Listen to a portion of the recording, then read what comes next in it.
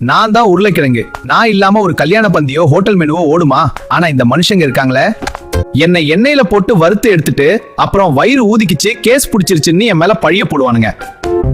வேக வச்சு திங்க தெரியாத உங்களுக்கு எதுக்கு இந்த சீன்? ஏய் உருளை கொஞ்சம் அடக்கி வாசி. நீ வெறும் கார்போஹைட்ரேட் மூட்டை, நான் தான் சர்க்கரைவள்ளி. நான் ஸ்வீட்டும் கூட, உடம்புக்கு ஹெல்த்தியும் கூட. என் பேர்ல சர்க்கரை இருக்குன்னு சர்க்கரை வியாதிக்காரங்க என்ன பார்த்தாலே அலர்ஜி ஆவாங்க. யோ, நான் நேச்சுரல் சுகரியா? என்ன அவிச்சு திங்க மாட்டீங்க, ஆனா ஸ்வீட் கடையில போய் ஜிலேபி திங்கிறதுக்கு மட்டும் வச்சு நிப்பீங்க. என்ன தெரியுதா? நான் தான் சேப்பங்கிழங்கு. என்ன சமைக்க தெரியாம எத்தனையோ பேர் கையை நரிச்சுக்கிட்டு அரிப்பு நிக்கிறத நான் பார்த்திருக்கேன். நான் கொஞ்சம் வழுவழுதான், ஆனா ஹார்ட்டுக்கு ரொம்ப கெட்டி. என்ன தப்பா தொட்டா கையரிக்கும், தப்பா சமைச்சா தொண்டை அரிக்கும். ஜாக்கிரதை. நான் தான் கருணைக்கிழங்கு. மத்தவங்க எல்லாம் ருசிக்கு வாழ்றாங்க, நான் சேவைக்கு வாழ்றேன். இந்த பைல்ஸ் கஷ்டப்படுறவங்களுக்கு நான் தான் ஒரே வழி. ஆனா என்ன கொடுமை தெரியுமா?